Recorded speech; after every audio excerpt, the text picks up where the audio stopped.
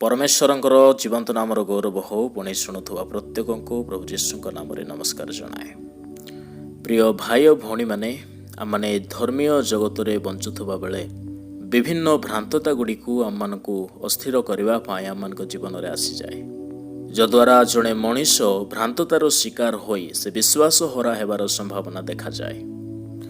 एणु पवित्र धर्मशास्त्र लोक मान बारंबार शिक्षा दिए जे एपरी शिक्षा को ग्रहण कर ना, एपरी शिक्षा को श्रवण कर ना जहाँ आमर विश्वास को अस्थिर कर। धर्मशास्त्रर सकारात्मक शिक्षा मध्य अछि, तहिर विपरीत शिक्षा ही अछि। धर्मशास्त्र को अध्ययन करी, धर्मशास्त्र को आधार करी जड़े मनीष धार्मिकतार जीवन मध्य आरंभ करि पारिबो। अमध्य ताहा द्वारा जड़े पशु ठारू मध्य हीन स्वभावर हो जाई पारे। एणु प्राचीन कालर दुई प्रकार डॉक्ट्रिन जगत मध्य रही अछि। प्रथमतः जहा जीवनदायक, जहा धार्मिकतार पथदर्शक, जहा सत्य उपरे आधारित, पुणी मध्य सत्यर विपरीत शिक्षा मध्य अछि, जहारी फल मनीष हत्याकारी घृणाकारी मनोभाव निज मध्यरे से आनी मध्य पारिबो। एणु दुई प्रकार शिक्षा मध्यरु जहा उच्चम, जहा ईश्वर दृष्टि उचित ताहा को विश्वासी विश्वासिनी माने ग्रहण करने आवश्यक। प्रिय मोर प्रभुंक लोक माने भ्रांतजनक शिक्षा बा भ्रांतजनक चिंताधारा यह जे केवल नूतन नियमर विषय अटे ताहा नुह। पुरातन नियम रे मध्य किछि किछि घटनावली अछि जहा ईश्वरंक विरोध, ईश्वरंक लोकमानकर विरोध, ईश्वरंक योजनार विरोध रे थिला। पुणी पुरातन नियम रे किछि एपरी घटनावली मध्य अछि जहा नूतन नियम रे ताहा पुनर्बार घटिबो बोली धर्मशास्त्र बाइबल आमान को शिक्षा दिए, ताहा पुनरावृत्ति हेबो बोली शिक्षा दिए। तामाने जेउ अवशिष्टांश पुरातन नियम रे अछि ताहा नूतन नियम रे साफल्य हबो। एणु जीशु मध्य कहिले माथ्यू 24 अध्याय 37 पदरे नहंक समय रे जहा घटिथिला मनुष्यपुत्रଙ୍କ आगमन समय ठीक से परि घटिबो। तामाने किछि किछि विषय अछि जहा पुरातन नियम रे पूर्वरु ताहार प्रतिच्छवि देखा जाय, नूतन नियमर अनेक विषयर सहित ताहा सामंजस्य रखे। अंतिम काल रे से सकल विषय जगत रे देखा जिबार कथा बाइबल रे लिखा जाए। एमिति गोटे घटना बाइबल रे वर्णित होई अछि जहा पुरातन नियम रे यीशुଙ୍କ आगमनर ठीक पूर्वे बा अंतिम काल रे पुनर्बार घटिबो बोली प्रकाशित वाक्य रे ताहा उल्लेखित अछि। जे घटना संपूर्ण ईश्वरଙ୍କ विरुद्ध रे थिला, जे घटना को दमन करिवा पई परमेश्वर स्वर्गर ओल्हाई आसिले, जे घटना रे मनुष्य ईश्वरଙ୍କ ठारू विच्छिन्न हेबार निश्चय नै जाइथिले, जहा को रोध करिवा पई परमेश्वर ओल्हाई आसिले। आदि पुस्तक 11 अध्यायर 1 पदरु 9 पद मध्य जहा वर्णना करा जाए, नहंकर जल प्लावनर परवर्ती समय मानकरे जेतेबेले जगत मध्यरे मनुष्य मानकर संख्या पुनराय बढ़िबा पई आरंभ हैला, से समय रे समुदाय पृथ्वी रे एक भाषा एक रूप उच्चारण करा जाउथला। सेमाने एक निष्पत्ति नेले 11 अध्यायर 3 पद अनुसार परमेश्वर सेमाने कहिले, आसु आम्भे माने इटा बनाई उत्तम रूपे पड़ी दो। एवं 4 रे लिखा जाए, गोटे गगन स्वर्शी एक गढ़ निर्माण करू। प्रिय ईश्वरଙ୍କ लोक माने बाबिल गढ़ जहा बाइबलर सबठारु गुरुत्वपूर्ण रहस्य, यह असुरीय साम्राज्य रे निर्माण करा जाउथबार कथा बाइबल रे लिखा जाए। जेउ असुरीय साम्राज्य को निम्रोद राजा प्रतिष्ठा मध्य करिथिले। आदि पुस्तक 10 अध्याय 8, 9, 10 रे लिखा जाए, निम्रोद कुशर पुत्र से पृथ्वी मध्यरे पराक्रमी हेबाकू लागिला। पुणी सीनियर देशर बाबिल, एरोखो, अक्षद, कलोनी एसबु ताहार प्रथम राज्य हैला। पुणी तही मध्यरु असुर निर्गत हैला। तामाने ନିମ୍ରୋଦ ରାଜାଙ୍କ ଦ୍ୱାରା ବାବିଲୋନ ସାମ୍ରାଜ୍ୟ, ଏହା ନବଖୁଦନେଶ୍ୱରଙ୍କର ଦ୍ୱାରା ନିର୍ମିତ କରାଯାଇଥିବା ବାବିଲୋନିଆନ ସାମ୍ରାଜ୍ୟ ନୁହେଁ, ଏହା ବାବେଲ, ଯାହା ସମ୍ରାଟ ନିମ୍ରୋଦଙ୍କର ଦ୍ୱାରା ନିର୍ମାଣ କରାଗଲା, ଯାହାଙ୍କୁ ବାଇବଲର ପ୍ରଥମ ସମ୍ରାଟ ବୋଲି ମଧ୍ୟ ଅନେକ କହନ୍ତି। ଏହି ବାବିଲଗଡ଼ ଅସୁରୀୟ ସଂସ୍କୃତି, ଅସୁରୀୟ ଆର୍କିଟେକ୍ଚର, ଅସୁରୀୟ ଜ୍ଞାନ କୌଶଳ ଦ୍ୱାରା ନିର୍ମାଣ କରାଯାଉଥିଲା ଏବଂ ଅସୁରୀୟ ଧର୍ମୀୟ ବିଧିକୁ ଆଧାର କରି ଅସୁରୀୟ ଉପାସନା ବିଧିକୁ ପରିଚାଳନା କରିବା ପାଇଁ ଏହା ନିର୍ମାଣ କରାଯାଉଥିଲା ବୋଲି ବାଇବଲରେ ଲେଖାଯାଏ। ଦ ଟାୱାର ଅଫ୍ ବାବେଲ କହିଲେ ଏହା କୌଣସି ନଗର ରକ୍ଷା କରିବା ପାଇଁ ପ୍ରହରୀ ରହିବା ଟାୱାର ନୁହେଁ। ପ୍ରାଚୀନ କାଳରେ ରାଜା ମହାରାଜା ମାନେ ଶତ୍ରୁକୁ ନିଜର ଦୃଷ୍ଟିରେ ରଖିବା ପାଇଁ ବୋଲି ଟାୱାର ଗୁଡ଼ାକ ନିର୍ମାଣ କରୁଥିଲେ ଆଉ ସେଠାରେ ଗୋଟିଏ ଗୋଟିଏ ପ୍ରହରୀ ମାନଙ୍କୁ ଯୋଗାଇ ଦେଉଥିଲେ। କିନ୍ତୁ ବାବେଲ ଟାୱାର ଏହା ଏକ ଧର୍ମୀୟ ବିଧିକୁ ସମ୍ପନ୍ନ କରିବା ପାଇଁ, ଏକ ଡେମୋନିକ୍ ରିଲିଜିୟନକୁ ପ୍ରତିଷ୍ଠା କରିବା ପାଇଁ ବୋଲି ନିର୍ମାଣ ହେବାକୁ ଆରମ୍ଭ ହେଲା। ଆଦିପୁସ୍ତକ 11:4 ଅନୁସାରେ ଲୋକମାନେ କହିଲେ, ଆମ୍ଭମାନଙ୍କ ନାମ ବିଖ୍ୟାତ ହେବ, ପୁଣି ଆମ୍ଭେମାନେ ସମୁଦାୟ ପୃଥିବୀରେ ଛିନ୍ନ ଭିନ୍ନ ହେବା ନାହିଁ। ଅନେକ ଐତିହାସିକ ମାନଙ୍କର ମତ ଅନୁସାରେ ସେମାନେ ବିଭିନ୍ନ ଶାସ୍ତ୍ର ଭିତ୍ତିକ ତଥ୍ୟକୁ ଆଧାର କରି କିଛି ଏହି ପ୍ରକାରର ତଥ୍ୟ ବାବିଲ ଟାୱାରର ଗଠନ ଉପରେ ସେମାନେ ମତବ୍ୟକ୍ତ କରନ୍ତି। ଗ୍ରୀକ୍ ଦାର୍ଶନିକ ଆରିଷ୍ଟଟଲ, ପୁଣି ବିଖ୍ୟାତ ପରମାର୍ଥ ତତ୍ତ୍ୱବିତ୍ ଜି ସ୍ମିଥ୍, ଏମାନଙ୍କର ତଥ୍ୟ ଅନୁସାରେ ଯାହାକୁ ଆମେ ବାବେଲ ଟାୱାର ବୋଲି ଆମେ ଉଚ୍ଚାରଣ କରୁ, ଆମେ ଜାଣୁଅଛୁ, ତାହାକୁ ସେମାନେ ବାବିଲୋନ ଭାଷାରେ ଜିଖ୍ୟୁରାତ ବାବିଲି ନାମରେ ଆରମ୍ଭ କଲେ। ଯହିଁରେ ଜିଖ୍ୟୁରାତର ଅର୍ଥ the highest point of the mountain, ତାମାନେ ପର୍ବତର ଶୀର୍ଷ ବିଷୟ, ଏବଂ ବାବିଲି କହିଲେ ଦ ଗେଟ୍ ଅଫ୍ ଗଡ୍ସ, ତାମାନେ ଦେବତା ଠାକୁର ଈଶ୍ୱର ମାନଙ୍କର ଦ୍ୱାର। ତାମାନେ ଯେଉଁ ଟାୱାର ସେମାନେ ନିର୍ମାଣ କରୁଥିଲେ ତାହା ପୃଥିବୀ ଆଉ ସ୍ୱର୍ଗ ମଧ୍ୟରେ ଥିବା ଏକ ଗେଟ୍ ଅଟେ, ଯେଉଁଠାରେ ପୃଥିବୀର ଲୋକମାନେ ସେଇ ଗେଟ୍ ଦେଇ, ସେଇ ଦ୍ୱାର ଦେଇ ସେମାନେ ସ୍ୱର୍ଗ ପହଞ୍ଚିବେ ବୋଲି ଗୋଟିଏ ବିଶ୍ୱାସ ରଖି ତାହା ନିର୍ମାଣ କରାଯାଉଥିଲା। ତାହା ଗୋଟିଏ ମନ୍ଦିର ଅଟେ ଏବଂ ଏହାର ନିର୍ମାଣକାରୀ ସ୍ୱୟଂ ସମ୍ରାଟ ନିମ୍ରୋଦ ଥିଲେ। ତାମାନେ ଏହି ବାବେଲ ଟାୱାରର ନିର୍ମାଣକାରୀ ଆଉ ତହିଁ ପଛରେ ସଂକଳ୍ପକାରୀ ସେ ସମୟର ରାଜା ସମ୍ରାଟ ନିମ୍ରୋଦ ଥିଲେ। ବାଇବଲ ଦାର୍ଶନିକ ଏବଂ ଥିଓଲୋଜିଆନ ମାନଙ୍କର ମତ ଅନୁସାରେ ଏହି ଟାୱାରର ଉଚ୍ଚତା ପ୍ରାୟ 1200 ଫିଟ୍ ଉଚ୍ଚା ଥିବାର କଥା ସେମାନେ ପ୍ରକାଶ କରନ୍ତି। ଯହିଁର 6 ଗୋଟି ଭିନ୍ନ ଭିନ୍ନ ଷ୍ଟେଜ ଥିଲା ଆଉ ପ୍ରତିଟି ଷ୍ଟେଜର ଉଚ୍ଚତା ପ୍ରାୟ 200 ଫୁଟ ଥିବାର କଥା ସେମାନେ ଉଲ୍ଲେଖ କରନ୍ତି। ଏହି ବାବେଲ ଟାୱାରକୁ ଉଚ୍ଚ କରି ନିର୍ମାଣ କରିବା ଓ ମଧ୍ୟ ତହିଁରେ କେତେ ଗୋଟି ସ୍ତର ନିର୍ମାଣ କରିବା ପଛରେ ମଧ୍ୟ ଗୋଟିଏ ପ୍ରକାରର ଆଇଡିଓଲୋଜି, ଗୋଟିଏ ପ୍ରକାରର ଚିନ୍ତାଧାରା ରହିଥିବାର କଥା ଅଛି। ପ୍ରିୟମର ଈଶ୍ୱରଙ୍କ ଲୋକମାନେ ନୋହଙ୍କ ସମୟରେ ଯେତେବେଳେ ନୋହ ଜାହାଜ ନିର୍ମାଣ କଲେ, ସେ ଜାହାଜରେ ମଧ୍ୟ 3 ଗୋଟି ଷ୍ଟେଜ ଥିଲା।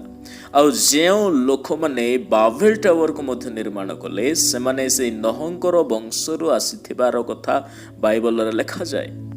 ନୋହଙ୍କ ପରବର୍ତ୍ତୀ ସମୟରେ ଯେତେକ ତାହାଙ୍କର ପିଢ଼ିମାନେ ଥିଲେ, ସେମାନଙ୍କ ଦ୍ୱାରା ହିଁ ବାବେଲ ଟାୱାରକୁ ନିର୍ମାଣ କରାଯାଉଥିଲା।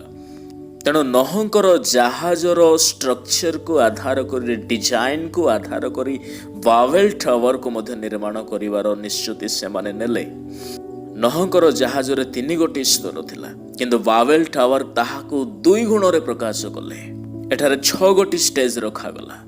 ଆଉ ପୁଣି ଏହାକୁ ଉଚ୍ଚ କରିବାର ଉଦ୍ଦେଶ୍ୟ, ଯେତେବେଳେ ନୋହ ବଳିଦାନ ଉତ୍ସର୍ଗ କଲେ ଜଳପ୍ଲାବନ ପରବର୍ତ୍ତୀ ସମୟରେ, ଆଦିପୁସ୍ତକ 8:20-22 ମଧ୍ୟରେ ଲେଖାଯାଏ, ଯେତେବେଳେ ସେ ବଳିଦାନ ଉତ୍ସର୍ଗ କଲେ, ସେ ବଳିଦାନ ଉର୍ଦ୍ଧ୍ୱକୁ ଉଠାଗଲା, ଯଦ୍ୱାରା ପରମେଶ୍ୱର ତହିଁର ସୁଗନ୍ଧକୁ ସୁଗ୍ରାହ୍ୟ କଲେ ଏବଂ ପୃଥିବୀ ଉପରେ ଗୋଟେ ଆଶୀର୍ବାଦ ଆଣିଲେ। तामाने जेमाने बाबेल टावर निर्माणकारी माने थिले सेमानकर विश्वास एहा थिला जे आमे उच्च करिबा द्वारा आमे ईश्वरंकर ग्राह्य हेई परिबा।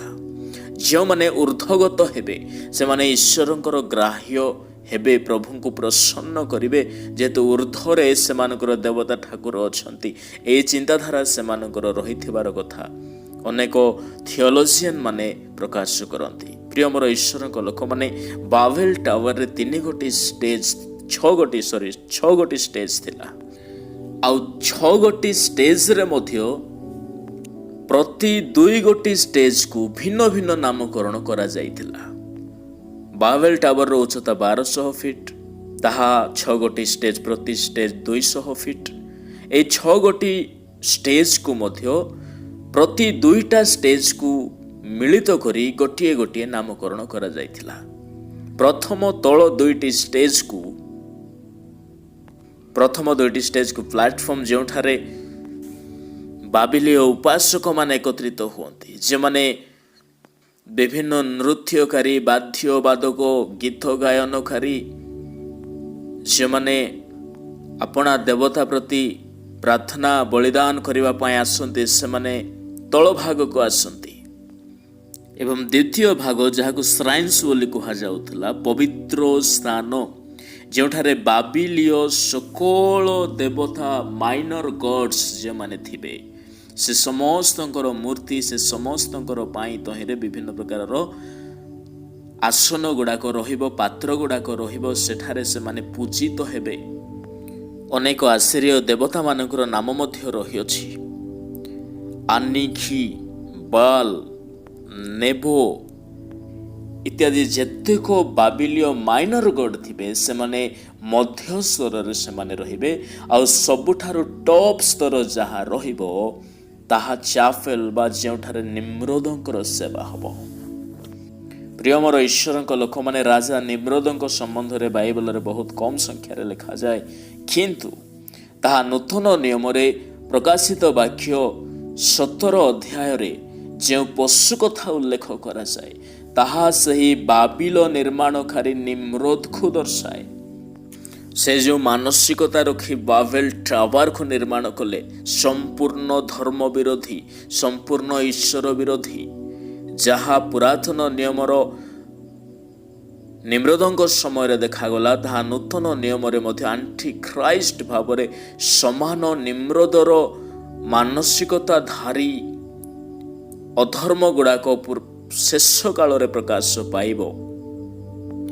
प्रकाशित वाक्य 17 अध्याय 1-6 मध्य गोटे स्त्री लोक संबंध रे, बेभिचारी स्त्री लोक संबंध रे उल्लेख करा जाए, जहाँ को बाइबल भाषा रे ग्रेट हार्लोट, महावेश्या बोली कहा जाए, जे कि संपूर्ण पाप रे परिपूर्ण, जे कि संपूर्ण भाव रे धार्मिक मानकर विरोधी, से एक पशु उपरे चढ़ी बसीथिबार कथा जहन अपना दर्शन रे उल्लेख करती, जहाँ 17:3 पदरे लिखा जाए। से बाईगणिया और लोहित वस्त्र परिहिता, पुणी बहुमूल्य मुक्तारे से भूषित, जार कपाल रे एक निगूढ़ भाव लिखा थिला। 5 पद अनुसार महानगरी बाबिल बेश्या मानकर और पृथ्वीर समस्त घृण्य विषयर जननी। तामाने प्रकाशित वाक्यर 17 अध्याय जो महावेश्या कथा कहा जाए ताहा बाबिल गढ़ को दर्शाए। आउ सही बेश्या जो पशु उपरे बसी थिले, जे ताहाकू उठाई थिला, सही पशु से निम्रोद राजा को बुझाए, जार सप्तमस्तक, जार 10 श्रृंग। प्रकाशित 17:8 पदरे लिखा जाए, सही पशु संबंध रे कहागला, ताहा थिला किंतु एबे नाही, पुणी ताहा पाताल कुंडरू उठी विनाश पाइबो। तळ अंशरे लिखा जाए, ताहा थिला एबे नाही ओ पोरे आसीबो। ता माने जहा थिला वर्तमान तो नाही, किंतु परवर्ती समय ताहा आसीबो बोली जहन दर्शन रे देखिले। ता माने बाबिल गढ़र रहस्य निम्रोद राजांकर मानसिकता एवं ताहांकर अधर्मर कीर्ति परमेश्वर आदि पुस्तक 11 अध्याय जहाँ को लोप कले ताहा पुनराय जगत मध्य देखा जिबार कथा जहन अपना भाववाणी से प्रकाश कले। କ'ଣ ଉଦ୍ଦେଶ୍ୟ ଥିଲା ସେ ବାବିଲଗଡ଼ ନିର୍ମାଣ କରିବା ପଛରେ?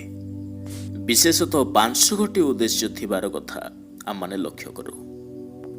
ଆଦିପୁସ୍ତକ 11 ଅଧ୍ୟାୟର 3 ପଦରେ ଲେଖାଯାଏ, ସେମାନେ ପରସ୍ପର କହିଲେ, ଆସ ଆମ୍ଭେମାନେ ଇଟା ବନାଇବା ଆଉ ଏକ ଗଗନ ସର୍ଷି ଗଢ଼ ନିର୍ମାଣ କରିବା। ଗଗନ ସର୍ଷି କହିଲେ ପରମେଶ୍ୱରଙ୍କର ବିରୁଦ୍ଧରେ ଯିବାର ବିଷୟ। ଗଗନ ଆକାଶ ମଣ୍ଡଳ ସ୍ୱର୍ଗ ଯାହାକୁ କୁହାଯାଏ, ତାମାନେ ଏମାନଙ୍କର କର୍ମ ସ୍ୱର୍ଗ ବିରୁଦ୍ଧରେ ଥିଲା। ଚ୍ୟାଲେଞ୍ଜ ୱିଥ୍ ଗଡ୍, ଈଶ୍ୱରଙ୍କ ସହିତ ସେମାନେ ଏକ ଚ୍ୟାଲେଞ୍ଜ ଆରମ୍ଭ କଲେ।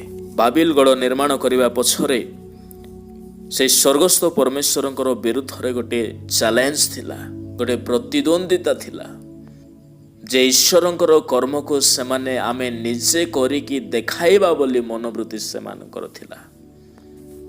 ଆଦିପୁସ୍ତକ 11 ଅଧ୍ୟାୟର 6 ପଦରେ ଯେତେବେଳେ ପରମେଶ୍ୱର ଓହ୍ଲାଇ ଆସିଲେ, ସେ କହିଲେ, ଏମାନେ କାର୍ଯ୍ୟରେ ପ୍ରବୃତ୍ତ ହେଉଅଛନ୍ତି ଆଉ ଯାହା ଯାହା କରିବା ପାଇଁ ସେମାନେ ମନସ୍ଥ କରନ୍ତି ତହିଁରୁ ନିବାରିତ ହେବେ ନାହିଁ।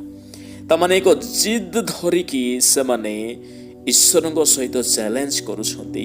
ତାମାନେ ଏହାର ଦ୍ୱିତୀୟ ଉଦ୍ଦେଶ୍ୟ ଥିଲା ଯେ ସେମାନେ ସ୍ୱର୍ଗ ବିରୁଦ୍ଧରେ ଗୋଟିଏ ବିଦ୍ରୋହ କରୁଥିଲେ।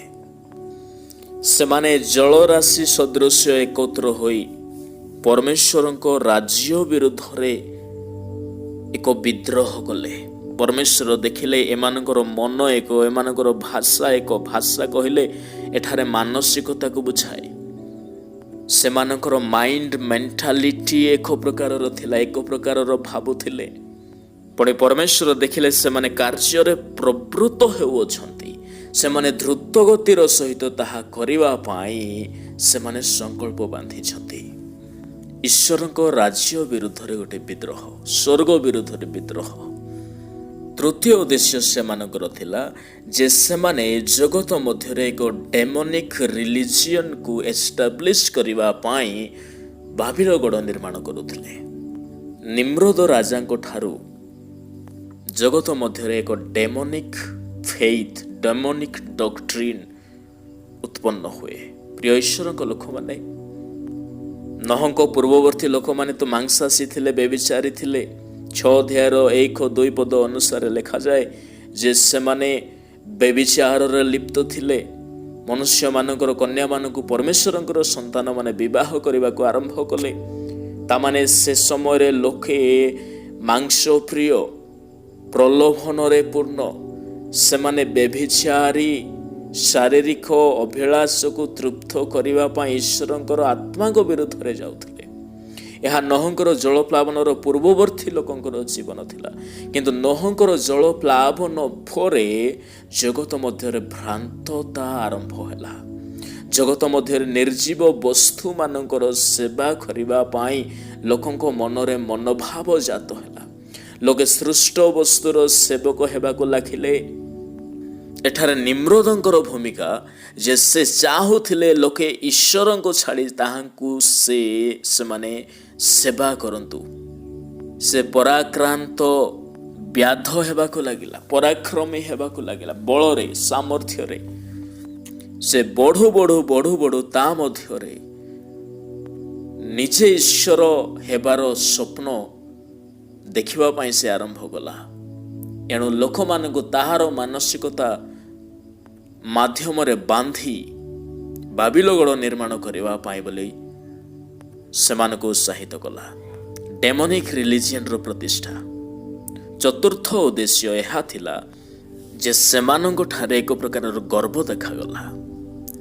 ସେ ସମୟରେ ମଣିଷ ଚୂନ ପଥର ବ୍ୟବହାର କରିବାର ବିଦ୍ୟା, ଗୃହ ନିର୍ମାଣ କରିବାର ବିଦ୍ୟା ମଧ୍ୟ ଜାଣିପାରି ସାରିଥିଲା।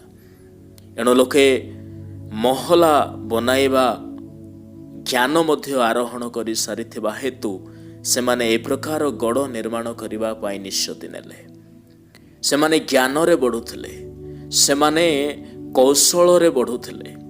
ଏଣୁ ଏ ସକଳ ବିଷୟ ସେମାନଙ୍କର ଅନ୍ତରରେ ଏକ ପ୍ରକାରର ଗର୍ବ ସୃଷ୍ଟି କରିସାରିଥିବା ହେତୁ ସେମାନେ ଈଶ୍ୱରଙ୍କ ବିରୁଦ୍ଧରେ ଗଲେ। ପ୍ରିୟ ଈଶ୍ୱରଙ୍କ ଲୋକମାନେ, ଗର୍ବ କଦାପି ମଣିଷକୁ ଉଚ୍ଚାରେ ନିଏ ନାହିଁ, କିନ୍ତୁ ଆମମାନଙ୍କୁ ପତନ କରେ।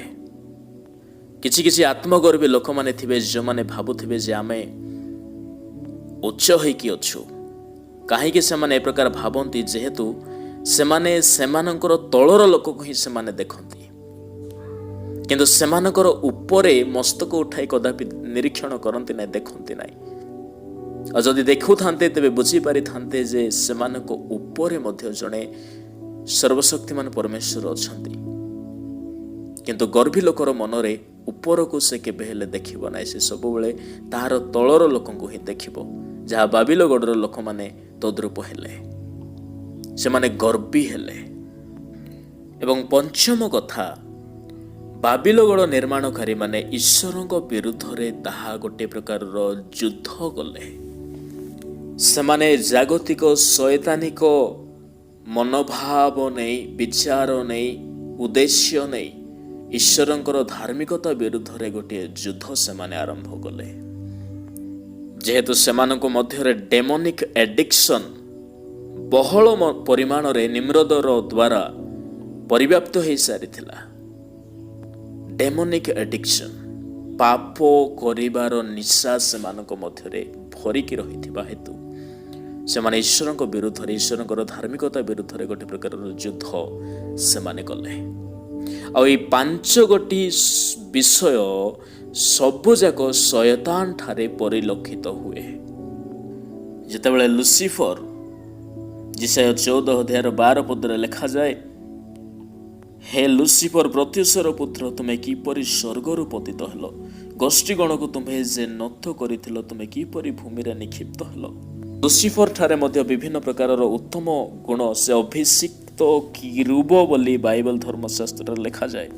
ଜିହିଜିକେଲ 28:14 ଲେଖାଗଲା, ତୁମ୍ଭେ ଅଭିଷିକ୍ତ କିରୁବ। ତାମାନେ ଲୁସିଫର କିରୁବ ଥିଲା, କିନ୍ତୁ ସେ ସେଇ ଦିନ ପର୍ଯ୍ୟନ୍ତ କିରୁବ ହୋଇକି ରହିଥିଲା ଯେ ପର୍ଯ୍ୟନ୍ତ ତାଠାରେ ଅଧର୍ମ ଦେଖାଯାଇ ନଥିଲା।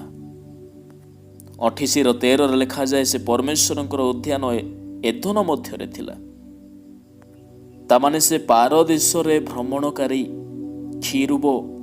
ସେ ଈଶ୍ୱରଙ୍କ ପ୍ରଶଂସା ଉଦ୍ଦେଶ୍ୟରେ ତୋବଲ ବଂଶୀ ଶିଳ୍ପରେ ପରମେଶ୍ୱରଙ୍କର ପ୍ରଶଂସା କରେ। 28 ଜିହିଜିକେଲ 13 ଲେଖାଯାଏ, ସେ ବିଭିନ୍ନ ପ୍ରକାରର ମଣି ମାଣିକ୍ୟ ଦ୍ୱାରା ସେ ଆପଣାକୁ ବିଭୂଷିତ ମଧ୍ୟ କରିଥିଲା। ପିତ୍ତମଣି, ହୀରକ, ବୈଦୁର୍ଯ୍ୟମଣି, ଯାବତୀୟ ବହୁମୂଲ୍ୟ ପ୍ରସ୍ତର, ସୁବର୍ଣ୍ଣ, ନୀଳକାନ୍ତମଣି, ସୂର୍ଯ୍ୟକାନ୍ତମଣି, ପଦ୍ମରାଗ, ମରକତ ଇତ୍ୟାଦି ତାହାର ଭୂଷଣ, ତାହାର ଆଚ୍ଛାଦନ ଥିଲା। ଏ ସକଳ ଥିବା ହେତୁ ତାଠାରେ ଗୋଟିଏ ଗର୍ବ ଆରମ୍ଭ ହେଲା। ଯେମିତି ବାବିଲଗଡ଼ର ଲୋକମାନେ ଗର୍ବୀ ହେଲେ, ନିମ୍ରୋଦ ରାଜା ଗର୍ବ କଲା। ଏଣୁ ଯିଶାୟ 14:13 ଲେଖାଯାଏ, ଲୁସିଫର ମନେ ମନେ କହିଲା, ଆମେ ସ୍ୱର୍ଗାରୋହଣ କରିବା, ଆମେ ପରମେଶ୍ୱରଙ୍କ ନକ୍ଷତ୍ର ଗଣର ଊର୍ଦ୍ଧ୍ୱରେ ଆପଣା ସିଂହାସନ ଉଚ୍ଚୀକୃତ କରିବା, ଆମେ ଉତ୍ତର ଦିଗରେ ପ୍ରାନ୍ତର ସ୍ଥିତ ସମାଗମ ପର୍ବତରେ ଉପବିଷ୍ଟ ହେବା। ଆମ୍ଭେ ସ୍ୱର୍ଗାରୋହଣ କରିବା। ତାମାନେ ବାବିଲଗଡ଼ର ଲୋକମାନେ ଯେଉଁ ପ୍ରକାର ମନୋଭାବ ରଖିଲେ, ସ୍ୱର୍ଗ, ତାମାନେ ଲୁସିଫର ମଧ୍ୟ ପରମେଶ୍ୱରଙ୍କ ସ୍ୱର୍ଗ ବିରୁଦ୍ଧରେ ଗୋଟିଏ ରେଭେଲ ଷ୍ଟାର୍ଟ କଲା, ଚ୍ୟାଲେଞ୍ଜ ଆରମ୍ଭ କଲା। ଉତ୍ତର ଦିଗର ସମାଗମ ପର୍ବତରେ ସିଂହାସନ ସ୍ଥାପନ, ତାମାନେ ଉତ୍ତର ଦିଗ କହିଲେ ତାହା ପରମେଶ୍ୱରଙ୍କର ସମାଗମ ସ୍ଥାନ, ଯେଉଁଠାରେ ପରମେଶ୍ୱର ପୂଜା ପାଆନ୍ତି। ଜେରୁସାଲମର ଉତ୍ତର ଦିଗରେ ପର୍ବତରେ ପରମେଶ୍ୱରଙ୍କ ନିୟମ ସିନ୍ଦୁକ ଥିଲା।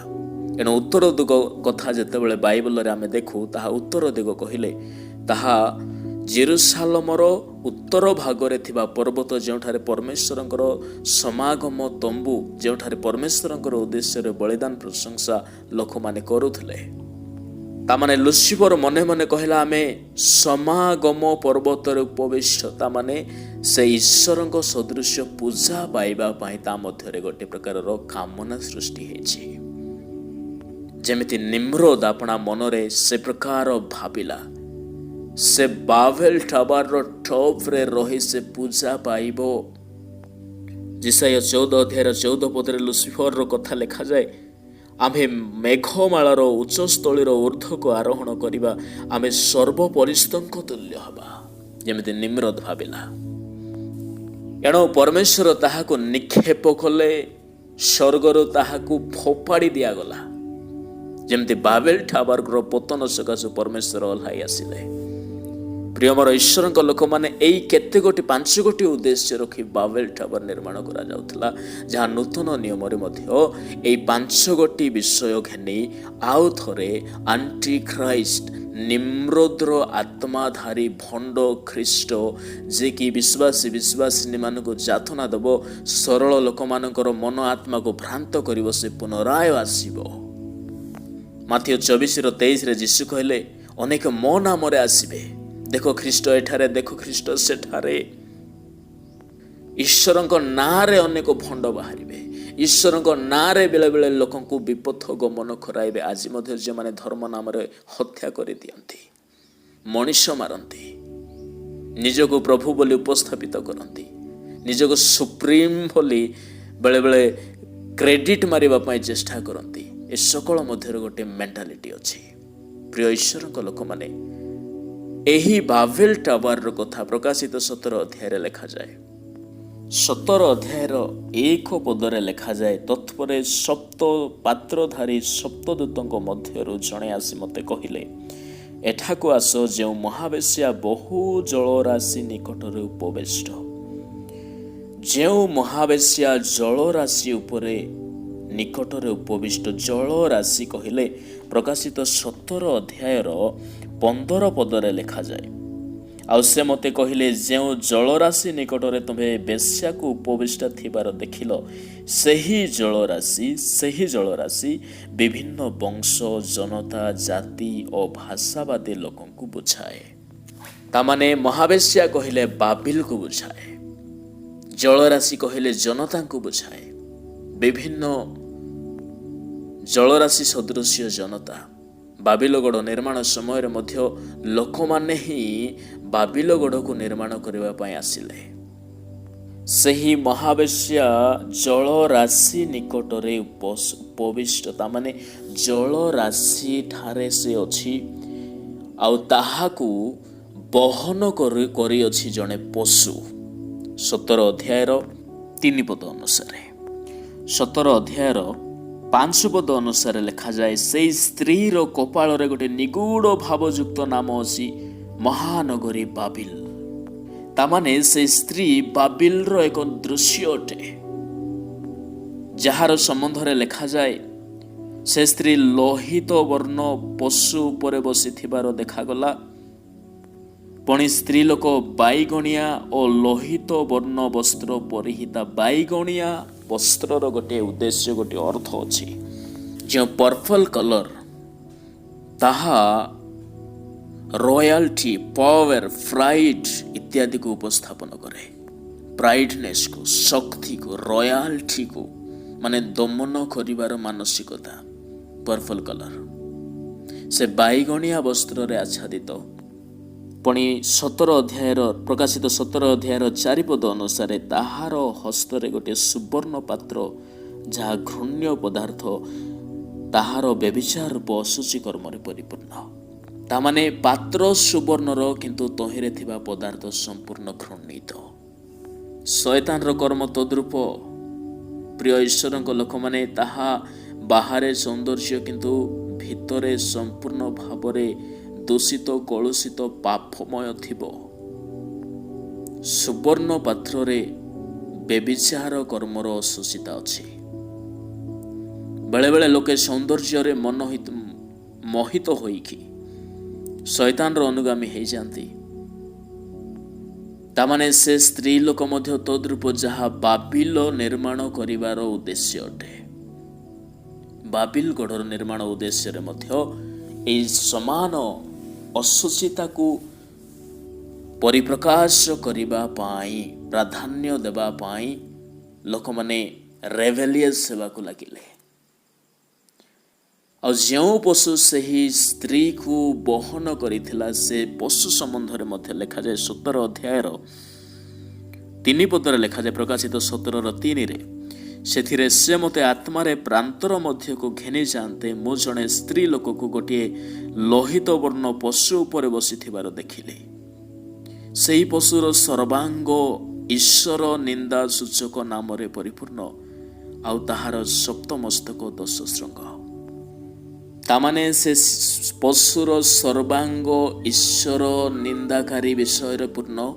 ପ୍ରିୟ ଈଶ୍ୱରଙ୍କ ଲୋକମାନେ, ଆମ ଦେହରେ ଭିନ୍ନ ଭିନ୍ନ ଅଙ୍ଗ ଥାଏ, ଭିନ୍ନ ଭିନ୍ନ ଅଙ୍ଗର ଭିନ୍ନ ଭିନ୍ନ କର୍ମ, କିନ୍ତୁ ଏ ପଶୁର ସର୍ବାଙ୍ଗ ଈଶ୍ୱରଙ୍କର ବିରୁଦ୍ଧର କର୍ମ।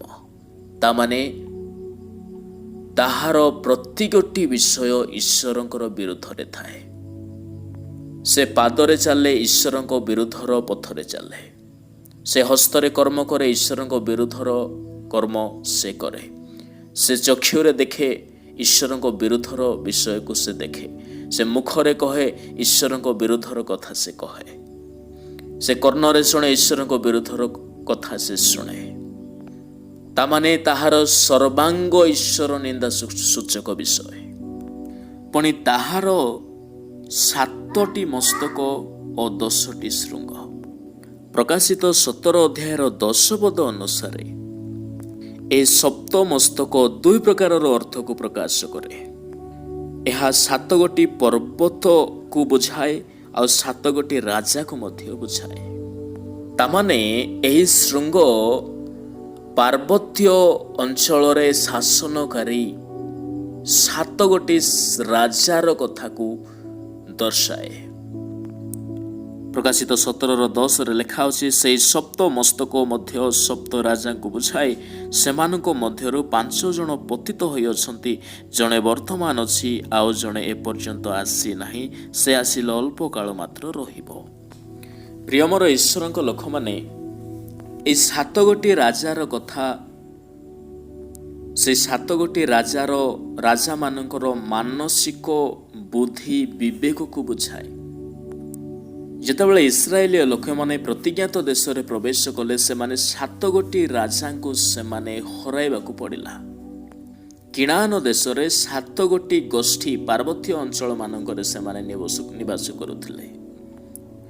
ଦ୍ୱିତୀୟ ବିବରଣୀ 7 ଅଧ୍ୟାୟର 1 ପଦ ଅନୁସାରେ ପରମେଶ୍ୱର କହିଲେ, ତୁମ୍ଭେ ଯେଉଁ ଦେଶ ଅଧିକାର କରିବାକୁ ଯାଉଅଛ, ସେହି ଦେଶରେ ଯେତେବେଳେ ସଦାପ୍ରଭୁ ତୁମ୍ଭ ପରମେଶ୍ୱର ତୁମ୍ଭକୁ ପ୍ରବେଶ କରାଇବେ ଓ ତୁମ୍ଭ ସାକ୍ଷାତର ନାନା ଗୋଷ୍ଠୀୟ ଲୋକମାନଙ୍କୁ, ଯେଉଁ ଗୋଷ୍ଠୀମାନେ ହେଲେ ହିତୀୟ, ଗିର୍ଗାସୀୟ, ଇମୋରୀୟ, କିଣାଣୀୟ, ପିରିସୀୟ, ହିତୀୟ ଓ ଜିବୁସୀୟ, ଏ 7 ଗୋଟି ଗୋଷ୍ଠୀଙ୍କୁ ପ୍ରଭୁ ଦୂର କରିଥିବାର ଇତିହାସ ଦ୍ୱିତୀୟ ବିବରଣୀ ଅନୁସାରେ ଆମମାନେ ପ୍ରାପ୍ତ ହେଉ। ତାମାନେ ଯେଉଁ ନିମ୍ରୋଦଙ୍କର ମାନସିକତା ଥିଲା, ସେହି ପଶୁର 7 ଗୋଟି ମସ୍ତକ କହିଲେ 7 ପ୍ରକାରର ରାଜାଙ୍କର ମାନସିକତା। ସେମାନେ ବା ସେହି ନିମ୍ରୋଦ ଏହି 7 ଗୋଟି ରାଜାର ମାନସିକ ବୁଦ୍ଧି, ଏମାନେ ସମ୍ପୂର୍ଣ୍ଣ ଇସ୍ରାଏଲ ବିରୋଧୀ। ଏମାନେ ଏଥିପାଇଁ ପରମେଶ୍ୱର ସେମାନଙ୍କୁ ଇସ୍ରାଏଲ ଦେଶରୁ ସେମାନଙ୍କୁ ଦୂର କରିବା ପାଇଁ ଇସ୍ରାଏଲୀୟମାନଙ୍କୁ ଆଦେଶ ଦେଲେ। କିଣାନୀୟ ଦେଶ, ଯାହା ପ୍ରଭୁଙ୍କର ପ୍ରତୀକ୍ଷାତ ଦେଶ, ତହିଁରେ ଏହି ଅଶୋଚିତାର ଦମନ ରହିଥିବା ହେତୁ ଏହି 7 ଗୋଟି ଗୋଷ୍ଠୀ ବିରୁଦ୍ଧରେ ଇସ୍ରାଏଲକୁ ପ୍ରଭୁ ପ୍ରସ୍ତୁତ କଲେ, ଆଉ ସେମାନଙ୍କୁ ଦେଶରୁ ବିତାଡ଼ିତ କଲେ। ତାମାନେ ଯେଉଁ ଭଣ୍ଡ ଖ୍ରୀଷ୍ଟର ଉତ୍ପନ୍ନ ହେବ, ସେଇ 7 ପ୍ରକାରର ଅଶୁଚି ରାଜାମାନଙ୍କର ଅଶୁଚି ମନ୍ଦ ବୁଦ୍ଧିକୁ ନିଜର ଅସ୍ତ୍ର କରିବ। 7 ପ୍ରକାରର ମାନସିକତାରେ ସେ ଆଧାରିତ ଥିବ। ଆଜିର ଜଗତରେ ମଧ୍ୟ ଆମେ ବିଭିନ୍ନ ମାନସିକତା ଗୁଡ଼ାକ ଦେଖୁ, ଯାହା anti religion, anti spiritual life, ଆଜି ଆଣ୍ଟି ଥେଇଜମ୍ ବଢ଼ିବାରେ ଲାଗିଛି, ଯେଉଁଠାରେ ଲୋକେ ଈଶ୍ୱର ଆଉ ନାହାନ୍ତି ବୋଲି ବିଶ୍ୱାସ କରନ୍ତି, ମଣିଷକୁ ଠାକୁର ବୋଲି ମାନ୍ୟତା ଦିଅନ୍ତି। ଆଉ ଅନେକ ଅଛନ୍ତି ଯେଉଁମାନେ ଠାକୁର ସଦୃଶ୍ୟ ପୂଜା ପାଇବା ପାଇଁ ଇଚ୍ଛା କରନ୍ତି। ଚାଇନା, ରଷିଆ ଇତ୍ୟାଦି କଣ୍ଟ୍ରି ମାନଙ୍କରେ ଯଦି ଆମେ ଦେଖୁ, ମାର୍କ୍ସିଜମ୍, ଲେନିନିଜମ୍, ଏ ସକଳ ରାଜନୈତିକ ବିଧି, କିନ୍ତୁ ତାହାକୁ ଧର୍ମର ପତନ ସକାଶୁ ମଧ୍ୟ ବେଳେବେଳେ ଅନେକ ଅଛନ୍ତି ବ୍ୟବହାର କରି ଆସୁଅଛନ୍ତି। ଅନେକ ସନ୍ଦେହବାଦରେ ପଡ଼ିଅଛନ୍ତି, ଯାହାକୁ ସ୍କେପ୍ଟିସିଜମ୍ ବୋଲି କୁହାଯାଏ, ଯାହାକି ଆମମାନଙ୍କର ବିଶ୍ୱାସକୁ ଭାଙ୍ଗେ, जहाँ मानकर सोसाइटी को ब्रेक करे, जहाँ मानकर रिलीजियस यूनिटी को ब्रेक करे। अनेक मानसिकता जगत मध्य से मध्य नस्टिसिजम, नॉन बिलीफ। गोटे लोक गोटे नॉन बिलीफ लोक से विश्वास करे से जगत रे गोटे मात्र प्रभु अच्छा, ईश्वर अच्छा, से हेले केवल मु तामाने निजको ईश्वर बोली मान्यता करुछन्ति। 2002 डाटा अनुसार जगत रे केवल 4% एथेइस्ट माने थिले, जे माने ईश्वर को विश्वास करते नहीं, किंतु 2016 रे ताहा 23% को बुझी वृद्धि पाई अछि। तामाने विश्वर संपूर्ण जनतांकर 23% लोक आज मध्य ईश्वर को विश्वास करती नाई। से माने निजर ज्ञान रे नस्टिसिजम को से माने निजर देवता मानती। निजर ज्ञान भौतिक विषय उपर से निर्भरता अछि। प्रिय मोर ईश्वर को लोक माने अनेक मेंटालिटी अछि जहा आपन को विभ्रांत कर ईश्वर ठार अलग करिवो, ईश्वर को विरुद्ध रे लड़ाइबा पई चेष्टा करिवो। आज मध्य मंडली मानकरे ताहा देखा जाउछि। एनो डिविजन्स चरम सीमा रे पहुंची सारलानी। मंडली विरुद्ध रे विभिन्न प्रकार रो डिविजन गुडाक अछि, विशेष कर ख्रिस्टियानिटी रे। आउ जो एंटी ख्राइस्ट बोले बाइबल रे कहा जाए, जे निम्रोध प्रकाश पाइबो ताहा कोनोसी पशु भालू होई आसीबो नाही। सेमानकर गुण ताहा ठारे रहइबो, किंतु ताहा गोटे मेंटालिटी अटे। सही पशु जहाँठारे सप्त मस्तक सप्त राजांकर मानसिकता एवं 10 गोटी श्रृंग ताहा मध्य आहुरी 10 गोटी साम्राज्य को बुझाए। प्रकाशित 17 अध्याय 12 पदरे लिखा जाए, जहन को कुहागला आउ जो 10 श्रृंग देखिल से सबू 10 राजा को बुझाए। तामाने एहा मध्य गोटे प्रकार 10 गोटी राजांकर मानसिकता अटे, जहा प्रभुंको लोकंको विरुद्ध। प्रकाशित 17, 13, 14 लिखा जाए, सेमाने मेष शावकों सहित युद्ध करिवे मिलित होइकी। एई 10 राजा 10 श्रृंग बा एमानकर 10 गोटी मानसिकता 10 प्रकार गोष्ठी उत्पन्न, जहा बाइबल रे लिखा जाए गीत संहिता पुस्तक 83 गीतर 6 और 7 पद अनुसार दाऊद कहले, सेमाने एकचित होई परामर्श करती। सेमाने हेले इदोम, इस्माइलियो माने, मोयाबो, हागरियो, गबालो, अमोनो, अमालेक, सोरो, पलेस्टियो एवं असुरियो। এই 10 गोटी गोष्ठी এই गीत संहिता 83 गीतरे इस्राएल विरुद्ध उठुवा 10 गोटी शक्ति कथा लिखा जाए, जे माने प्रभुंकर मनोनीत लोक मान विरुद्ध बाहरिबे। आ शेष समय निम्रोद राजार मेंटालिटी, निम्रोद जो भंड ख्रीष्ट बाहरिबो से मध्य ईश्वरंकर लोक मान विरुद्ध ए 10 प्रकार मानसिकता रखी से बाहरिबो। आउ ताहार निर्माण, ताहार उद्देश्य जहा थिबो ताहा बाबिल गढ़ बा सेही महावेश्या बा जगत मध्यरे एक व्यभिचार पूर्ण ईश्वर विरोधी पूर्ण एक साम्राज्य, एक दल, एक गोष्ठी को गठन करबा पई ताहार प्रयास रहिबो। आ जे माने ताहार विरोध रे जिबे सेमानकु से क्लेश देबाकू लागिबो। प्रिय ईश्वर लोक माने, एणु आमे जगत मध्य देखु विभिन्न प्रकार देवा देवी मानकर कुप्रभाव, अनेक मानसिकता को आधार करी लोके आज मध्य विभिन्न प्रकार ईश्वर विरोधी कर्म गुड़ी करती। एणु ख्रिस्टियान विश्वासी विश्वासिनी मानक पाई एक सतर्कर समय, जे यह समय मानक डिविजन बढ़िबो। आज मध्य अनेक जगह आम देखु परमेश्वर कर्म करुअछु बोली शैतान पद्धति को लोग आपणाई थांती। मंडली बढ़ाऊछु बोली कही मंडली भितर विभिन्न प्रकार पक्षपात, विभिन्न प्रकार सेमानक मध्य असंतोष, गंडगोल, अनेक अनैतिक कर्म। आमे कदापि शैतान मानसिकता धरी परमेश्वर कर्म करि परिबा नाही। ଯେତେବେଳେ ବାବିଲ ନଗର ନିର୍ମାଣ କରାଗଲା, ବାବିଲ ଗଢ଼ ନିର୍ମାଣ କରାଯାଉଥିଲା, ସେମାନେ ବାବିଲି ନାମରେ ଆରମ୍ଭ କଲେ, ଗେଟ୍ ଅଫ୍ ଗଡ୍ସ। କିନ୍ତୁ ପରମେଶ୍ୱର ବାବେଲ ବା ଭେଦ କରିଦେଲେ। ସେମାନେ ଆରମ୍ଭ କଲେ ବାବିଲି ନାମରେ, କିନ୍ତୁ ପରମେଶ୍ୱର ତହିଁର ନାମ ତାହାକୁ କଲେ ବାବେଲ, ବା ଯାହାର ଅର୍ଥ ଭେଦ ଅଟେ। କନଫ୍ୟୁଜ କଲେ। ବାବେଲର ଅର୍ଥ କନଫ୍ୟୁଜ ହେବା, ଆଉ ବାବିଲିର ଅର୍ଥ ଗେଟ୍ ଅଫ୍ ଗଡ୍। ପ୍ରିୟ ଈଶ୍ୱରଙ୍କ ଲୋକମାନେ, ଆମମାନଙ୍କ ଜୀବନରେ କୌଣସି ପ୍ରକାରର ଈଶ୍ୱର ବିରୋଧୀ ମାନସିକତା ନ ଆସୁ। ଯେଉଁଠାରେ ଯଦି ତଦ୍ରୂପ ବିଷୟ ପାଉଛନ୍ତି, ସାବଧାନ ହେବେ ତହିଁରୁ ଆପଣଙ୍କୁ ସୁରକ୍ଷା କରି ରଖିବା ପାଇଁ। କିନ୍ତୁ କାହିଁକି ଶେଷ ସମୟରେ ଗୋଟିଏ ମାନସିକତା ଜଗତ ସାରା ବୁଲୁଛି, ଖ୍ରୀଷ୍ଟାରୀ, ତାହା ମଣ୍ଡଳୀ ମଧ୍ୟରେ ପ୍ରଥମରେ କାର୍ଯ୍ୟ କରୁଅଛି। ଆଜି ମଧ୍ୟ ଅନେକ ମଣ୍ଡଳୀରେ ତଦ୍ରୂପ ଈଶ୍ୱର ବିରୋଧୀ କର୍ମ ଗୁଡ଼ାକ ହୁଏ, ଯେଉଁଠାରେ ଦଳଭେଦ ଅଛି, ଯେଉଁଠାରେ ବିଭିନ୍ନ ପ୍ରକାରର ଦୁଷ୍ଟତାର ବିଷୟ ଦେଖିବାକୁ ମିଳେ। ଏଣୁ ଆମେ ସାବଧାନ ହଉ। ଆଉ ମୁଁ ଆଶା କରେ ଏ ବାକ୍ୟ ଆପଣ ସମସ୍ତଙ୍କୁ ଭଲ ଲାଗିଥିବ। ଯଦି ଏହା ଭଲ ଲାଗିଛି, ଦୟାକରି ଏହାକୁ ଲାଇକ୍ ଆଉ ସେୟାର କରିବେ, ଆଉ ମୋ ଚ୍ୟାନେଲକୁ ସବସ୍କ୍ରାଇବ୍ କରିବା ପାଇଁ ଭୁଲିବେ ନାହିଁ। ପ୍ରଭୁ ଆପଣ ସମସ୍ତଙ୍କୁ ଏ ବାକ୍ୟ ଦ୍ୱାରା ଆଶୀର୍ବାଦ କରନ୍ତୁ। ଆମେନ୍।